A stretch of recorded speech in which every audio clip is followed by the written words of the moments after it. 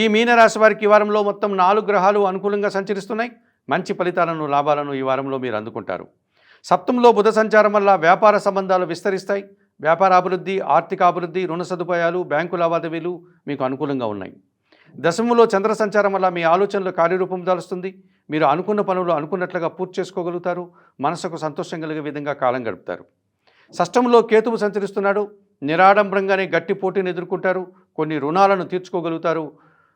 అనారోగ్యం నుంచి బయటపడి ఆరోగ్యవంతులవుతారు. శత్రువులు సైతం మిత్రులుగా మారుతారు. శత్రుత్వంలో గురువు సంచరిస్తున్నాడు. కుటుంబంలో శుభకార్యాల నిర్వహణ, విందు వినోదాల్లో పాల్గొనడం, విద్యా సంబంధ విషయాల్లో సత్ఫలితాలను అందుకుంటారు. సమాజంలో పేరు ప్రఖ్యాతులు తెచ్చుకుంటారు. అష్టమంలో కుజుడు సంచరించడం వల్ల అనారోగ్య సమస్యలు, మీ మాటల వల్ల అపార్థాలు, భూవాహన సమస్యలు కాస్త ఇబ్బందిగా కనిపిస్తున్నాయి. ముఖ్యంగా వాహన ప్రమాదాలు కూడా ఈ వారంలో మిమ్మల్ని ఇబ్బంది పెట్టే సూచన కనిపిస్తుంది. ఈ రాశి వారికి వారంలో ఆది, సోమ, బుధ, గురువారాలు అనుకూలంగా ఉన్నాయి. దానాలు ఇచ్చేటువంటి క్రమంలో ఎర్ర కందిపప్పు మంగళవారం రోజు పేదవారికి దానం చేయండి. స్తోత్రపారాయణ విషయంలో సుబ్రహ్మణ్య కరావలంబ స్తోత్రాన్ని ప్రతినిత్యం చదువుకోండి. ఆలయ సందర్శన కార్యక్రమంలో భాగంగా సుబ్రహ్మణ్య స్వామిని దర్శించి నమస్కరించుకోవడం వల్ల మరింతగా మంచి ఫలితాలను పొందగలుగుతారు.